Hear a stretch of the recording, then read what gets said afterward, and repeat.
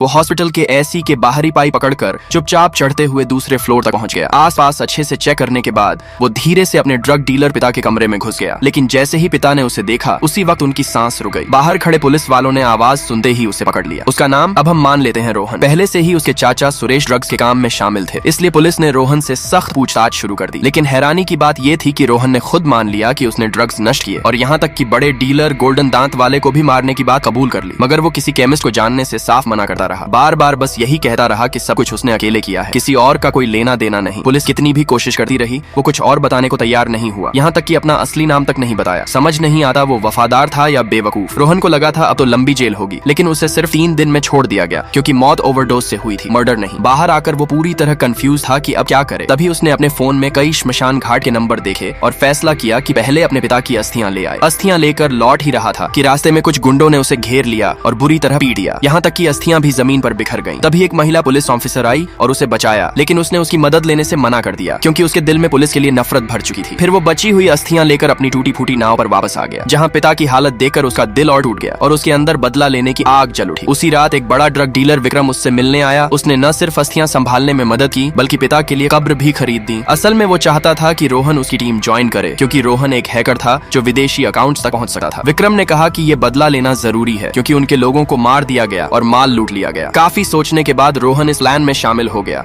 और पहला टारगेट था दूसरे गैंग का पूरा ड्रग बिजनेस खत्म करना। रोहन ने अपनी टेक स्किल्स से उनके फैक्ट्री और सप्लायर लोकेशन ट्रैक कर ली, लेकिन पता चला कि वो लोग अब एक नए तरीके से स्टैम्प ड्रग बेच रहे हैं। लोकेशन ट्रेस करते करते वो एक सप्लायर तक पहुंचा, लेकिन जैसे ही वो एक्शन लेने वाला था, अंडरकवर पुलिस ऑफिसर अर्जुन ने उसे देख लिया। रोहन को कुछ पता नहीं था और वो विक्रम को कॉल पर अपडेट दे रहा था कि तभी अर्जुन अंदर घुस आया और उसे पकड़ लिया। हालांकि वो विक्रम को पहचान नहीं पाया। कुछ ही दिनों में वो सप्लायर भी पकड़ा गया, लेकिन विक्रम का असली मकसद था खुद मार्केट पर कब्जा करना। उसने रोहन के दोस्त दीपक को ड्रग्स बनाने में लगा दिया और धीरे धीरे उसे इसकी लत लगा दी ताकि रोहन उस पर कंट्रोल में रहे। ड्रग लेने के बाद दीपक की हालत ऐसी हो गई जैसे उसकी आत्मा ही निकल गई हो। वो पूरी तरह बेहोश और पागल जैसा हो गया। लाइक सब्सक्राइब कर देना भगवान, आपको बहुत खुशी देगा।